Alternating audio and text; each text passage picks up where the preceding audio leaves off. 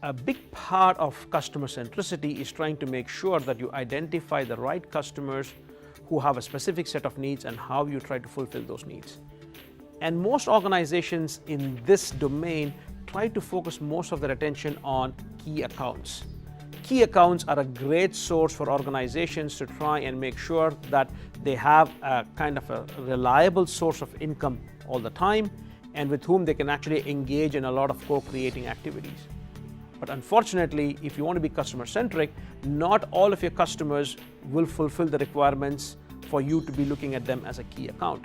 So being customer-centric is also being aware that not all customers have the same set of requirements and need to be prioritized the same way. So how should an organization try and identify some of your key customers or key accounts?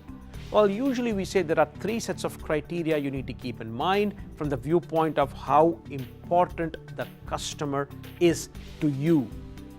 The first one is, what kind of business are we doing with our customers? Any kind of quantitative measures like number of products that they buy, how many dollars do they spend on us?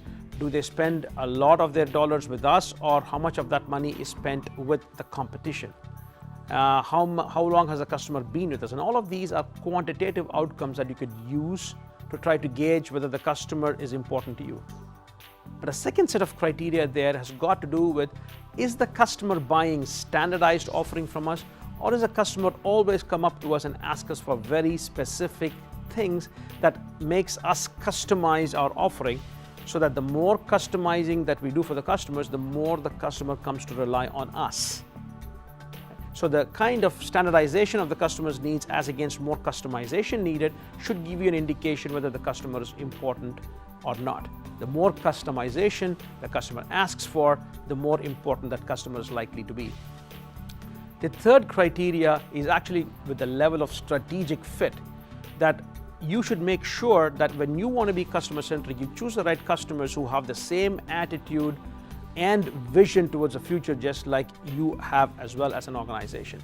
The more there is a level of strategic fit, the more it is likely that you will have a chance to communicate with the right people in the customer's organization, and you'll get the right kind of feedback so that you can invest in joint ideas together.